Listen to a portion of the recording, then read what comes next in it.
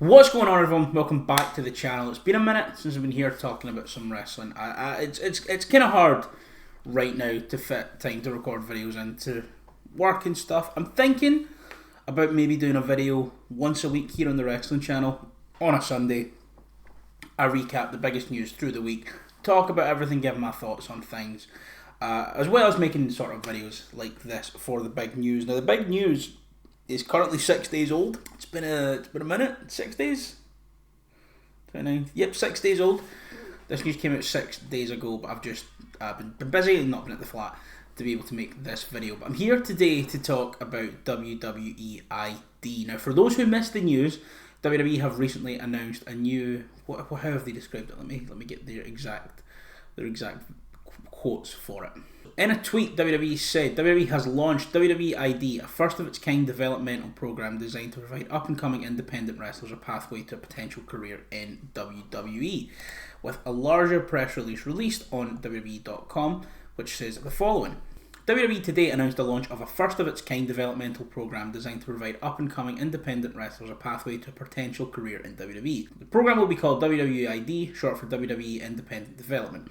WWE ID is the latest in our efforts to identify and support the journey of up-and-coming wrestlers and in turn raise the profile of and strengthening the independent wrestling ecosystem, said WWE Chief Content Officer Paul Triple H Levesque. Following the 2021 launch of WWE's NIL program, WWE ID has been constructed to support independent wrestling prospects and wrestling schools with world-class training, development and mentorship. Under the program, WWE will provide prominent independent wrestling schools with the WWE ID official designation with the goal of providing new trainees and existing talent at these select institutions with enhanced developmental opportunities. Booker T's Reality of Wrestling in Houston, Cody Rhodes' Nightmare Factory in Atlanta, Seth Rollins' Black and Brave Academy in Davenport, Iowa, Elite Pro Wrestling Training Center in Concord, New Hampshire, and Not X Pro Academy in Los Angeles are the first WWE ID independent wrestling schools to earn the official designation. Additionally, WWE ID will identify top independent wrestling prospects with an official WWE ID prospect designation and support their developmental journey by providing financial opportunity and assisting with training, mentorship and development, including access to world-class facilities, best-in-class ring training, athletic trainers and more. WWE ID will give fans the opportunity to follow the paths of these standout prospects on the independent wrestling scene through curated, behind-the-scenes content as well as highlights and matches showcased across WWE's social platforms. Now, all of that is obviously good for these wrestlers. This is great for these opportunities. This is amazing for these up-and-coming talents. However, I have reason to be worried because we've seen this before. This was WWE UK. This was NXT UK. NXT UK and WWE UK, all that existed essentially to weaken the ecosystem of the United Kingdom independent wrestling scene. The UK indies were absolutely booming, so much so to the point that WWE brought in their own brand over this side of the pond. They had the two-night UK title tournament with Tyler Bate and Pete Dunne and all these guys. I don't know why the third name that came to mind there was Sam Gradwell. But Sam Gradwell was there. There was a lot of incredible talent from around the UK who signed on to the WWE UK brand. That then eventually moulded and morphed and formed into NXT UK. NXT UK then was announced was going to be the first in a series of international NXTs like NXT Japan and NXT South America and all these other places. I think there was maybe an NXT Australia teased. I believe COVID put an end to those plans. But even before that, it was very clear to see that NXT UK was anti-competition. Whilst it posed as a good way to get eyes on the UK independent scene, the brand was never pushed in a meaningful way on WWE TV, and all it did was create hurdles for bookers to work around. I'm just going to come back in here just now, as you can tell, with the headphones. I am currently editing the video. There is a very important thing I forgot to put in this video. So when I am discussing my sort of thoughts and feelings and my worries regarding WWE ID and relating it back to my personal experiences with the British and Irish wrestling scene and OTT and things like that, I am going to mention some names of some people that I try not to mention on this channel for obvious reasons. There are certain names of people who have gladly no longer got a place in wrestling. There is a name of someone who unfortunately does still have a place in wrestling. These are names that we found out who they were as people during the speaking out movement, names that, like I say, some of them have rightfully been chased out of the business, some haven't. I understand that is triggering, and I understand that hearing the names of people accused of things like sexual violence and domestic violence and all other things can be hard for many people. So I'm going to include this here as a trigger warning, a content warning, that I'm not going to be discussing what they did, obviously, but I will be mentioning the names, and if hearing those names could possibly flare something and trigger something for you, I just want to make you aware that I will mention a couple of names throughout this video that you may have forgotten or you may not want to hear. And if you wish to turn off the video just now to save yourself from going through that, then I understand entirely. But I just wanted to include this here just to make you aware as a viewer that I will be mentioning the names of people that I tried my best not to mention on this channel. I never want to bring any publicity to their names, but as I say, I cannot tell this story properly without including their names. So just to make you aware that there will be some names of some people heard here that may trigger certain feelings. So just so you are aware, that is coming up just now. Now, maybe because this is going to be focused on the US independent scene, and these guys are going to be linked directly into the NXT pipeline, maybe this will be better than what NXT UK was, seeing as they don't have to promote and push an additional fourth brand, fifth if you include 205 Live. So there is that, but I still don't have a lot of hopes for this. Because as someone who was so actively involved and invested in the UK Indies around about the time of NXT UK, I was excited, man. I was so excited. Seeing all my favourite wrestlers being promoted on WWE TV was incredible. And then having a show where people could look and see and learn about all these incredible talents that were on the UK Indies. And on top of that, because NXT UK was being taped, and you tape 6 to 8 episodes at a time, these guys were still going out on the Indies. These guys were still going to progress into ICW, into OTT, and they were dotting up all around the place. They weren't dotting up in Rev Pro though, because Rev Pro works with New Japan, and that's where the issues began to arise. Because then what happens when a talent gets hotter and hotter and hotter? And say they've been working with Progress as an independent guy. Let's take Will Ospreay for example. Will Ospreay had been working with Progress before he signed with New Japan. Will Ospreay goes to New Japan. Will Ospreay signs to New Japan, and that's great. Progress now have a New Japan guy, and they have these WWE guys coming in, and this gets eyes on Progress. And then Progress booked Jordan Devlin, who was a WWE guy, versus Will Ospreay, and WWE went, no. On commentary, you were saying these guys are employed by the two big companies. No, because that means you're now promoting a rival. So then what happened was, it went from being this great thing where WWE are getting more eyes on all of our favourite independent promotions, and then it limited what they could do. Eventually we stopped being able to have guys like Devlin at the time. I'm trying to think who else was there. Walter when he signed Walter, Ilya Dragunov, all these guys. I'm thinking of specifically guys who I used to come across to OTT. These guys then, the matches and the potential matches that they could have were shrunk, because when AEW then became a thing, obviously they're not going to let these guys wrestle guys who are affiliated with AEW or guys who are affiliated with New Japan. That's fair enough. But what happens when your biggest stars in your company for years have been building up, and then they get signed to different companies, and WWE say, no, we can't cross-promote, so you can't include this person in a match with this person? It then hinders the product of the company. It hinders the storytelling of the promotion, and it hinders the ability for this promotion to keep growing and keep improving in the way they were. I watched it firsthand with OTT. And then what happens when you have a guy like David Starr, and I try not to talk about him on this channel, we know why. But then what happens when you have a guy who completely embraces the independent thing, doesn't want to sign with any company? You've got David Starr, who's building up this thing of being, I'm independent, I don't need any company, I'm just me, and it's going global. It was on fire in the UK, and then he wins Bola and PWG, and he is the hottest independent professional wrestler in the world. And the story that OTT have been building for years is him versus Devlin, the homegrown boy versus the one that the fans embraced. And then Devlin, he turns on him, and then Devlin signs, and the fans switch them around, and it's this incredible story over 2 years of storytelling, and WWE nearly pulled the plug on it because he was anti-WWE and like stood on the UK title at an OTT show, and they weren't happy about that. And they nearly pulled the plug on a story that the company had been telling for 2 years because he wasn't one of their pre-approved guys. It's mental. It is absolutely insane. These guys are getting contracts to sign with WWE and be put in front of so many more eyes, and that's amazing. But WWE aren't bringing them in. They're not going to Raw or SmackDown or even NXT. They were going to NXT UK, where they would pre-tape weeks and weeks and weeks in advance. And there was no UK performance. I think there was a UK PC, but it wasn't to the level of the one in America. You could still go and work indie shows, but you had to clear all your indie bookings through them.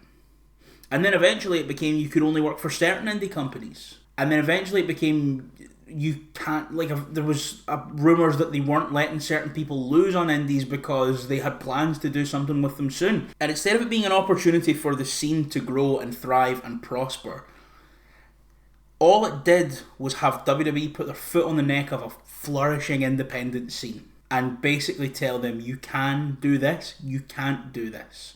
This is what we will allow you to do with these people. And if you want to keep selling tickets to your show, which obviously you do, obviously you want these bigger names. But if you want these bigger names on the show, you're going to have to call up Daddy Paul and go, hello, is it okay if he loses to our world champion? No, okay, we'll do a time limit draw. Don't worry about it. Okay, cool. That's, from what I heard from people working and close to the knowledge of the booking of certain companies around that time, that is the culture that it created. That is the culture that was fostered. And that is obviously not healthy for the growth of independent professional wrestling. So I'm very worried that we're going to see a repeat of that. Among other things, I'm worried about a lot of things with this. I think as well, one of the things that sticks out to me the most with this is this an admission that the Performance Centre doesn't work? Because a couple of years ago they decided we're not going to sign independent talent anymore. We're going to NIL and college athletes, and obviously we've had some success stories from there, but nowhere near the rate that you would expect. And signing a lot of young talent to the Performance Centre and teaching them one single way of working, does that work? You know, I was talking about this with my friend because this, to me at least, feels like a slight admission that the Performance Centre, it's not a failed experiment. It's obviously not a failed experiment. The Performance Centre in and of itself is a massive success, but in terms of what it was truly set out to do, is this an admission that it has fallen short on that? Because let's think about it. Who is the best Performance Centre graduate? And I don't mean someone to come through the Performance Centre. The best person to come through the Performance Centre is probably Finn, or Kevin, or Roderick Strong, realistically. But in terms of, you've come to the Performance Centre to learn how to be a professional wrestler, who is the biggest success story? Is it Baron Corbin? And that's not a knock on Baron Corbin. I think Baron Corbin is one of the most underrated wrestlers of the last decade. I think he's one of the most malleable big men, and I think he is, to me, at least in my eyes, in terms of a pure Performance Centre graduate, the best example of what that can be. But if you've spent over a decade with this building where you say, this is where we teach wrestling from the ground up, this building where you sign Kevin Steen, a vet of, you know, the better part of 2 decades, and you go in the beginner ring and learn how to bump with the college gymnast. You go in that beginner ring and you learn how to bump and you learn how to run the ropes again. You get taught by like Booker T or whoever the fuck it was. Probably wouldn't have been Booker T in 2014. But you get taught by the person running the beginner class how to bump and how to lock up. You're telling Kevin Steen and Fergal Devitt and fucking El Generico, rest in peace, telling all these guys to go and learn to bump again. But if you make this building and you say this is where everyone relearns how to wrestle, and I know they probably don't do it like that now, but you look at this building where they say this is how wrestling is taught, this is for the next generation of stars in WWE are going to come from. How many of them have truly came through the Performance Center? Let's look at the top names in the company right now. Right, Roman was trained at FCW, so we're not really going to count that because this was before this idea of this homogenized. You learn WWE here. So Roman was already working in FCW. We've got Seth, independent legend. We've got Punk, been doing it for 20 odd years. We got Drew, had done it on the Indies, went to WWE, left, did it on the Indies again, and came back doing what made him special in the Indies. We've got guys like LA Knight and Carmelo Hayes and fucking Andrade were out on the Indies and working other places. Gunter, independent professional wrestling legend. Priest, independent professional wrestling, don't know about legend, but he was in Ring of Honor and he was touring the world and he was wrestling in all these different places. So, is the WWE ID an admission that the Performance Center is only good? That the Performance Center is only good for so much, you know? That's kind of how I'm viewing this. Now, I'm excited to see where this goes and who gets ID'd, but like, the first teaser was Charles Mason. I don't want to throw a dart on Charles Mason's name. I like Charles Mason, but we're well past a point in time where I was super invested in what Charles Mason was doing, and maybe that's just because I haven't been keeping up. But there was a point in time where it felt like you couldn't not keep up if you had your ear to the ground and you knew what was going on and you wanted to see, who was where. You were looking at Charles Mason over in GCW and kind of everywhere else he was going. And now I don't have that same sense about him. So if the first name the ID, if the first big name, this is one of our future guys, and it's Charles Mason, like I don't see that as a massive success. But also, who is there to have this big, we've ID'd them? I mean, it's going to be somewhere in American wrestling, as proven by the amount of names that they put there. Who's really left on the true American Indies at this point? I'm not saying that the talent isn't there. Obviously the talent is there. The talent will always be there in wrestling. But I feel like this move has come maybe a little bit late. And I also just have the echoes of NXT UK and how anti-competition that was in the end. Just, rumbling about my mind. So, yeah, I'm just interested to see where this goes, but I'm not... I wouldn't even say I'm cautiously optimistic. I wouldn't even say I have very little optimism around this to begin with. WWE need to prove to me this isn't a repeat of what began to suck the life out of Brit Rest. Like, Brit Rest was great and was amazing. And COVID and speaking out, obviously, took so much from that scene. Not being able to go to shows, and then when shows came back, almost all the big names were either signed or were rightfully so chased out of the business. But you could see the decline, and you could feel the decline, and you could feel bookers having creative ways to keep certain wrestlers apart because of what they were being told from above. So I'm just interested. But like I said, they need to prove to me this isn't that. Because right now I'm just very worried that it's more of that. So, yeah, that's my video. That's me ranted about this for the guts of 20 minutes. A little bit late with this. A little bit late to the party. Should have done this a couple of days ago. Just didn't have the time, so I do apologise for that. But if you made it this far, let me know what you think of the WWE ID program, the WWE ID process. Let me know if there's any names that you think are out there that I might not be too familiar with that might benefit from this hugely. But yeah, let me know your thoughts on everything down below. Don't forget to like, share, and subscribe, and I'll see you next time.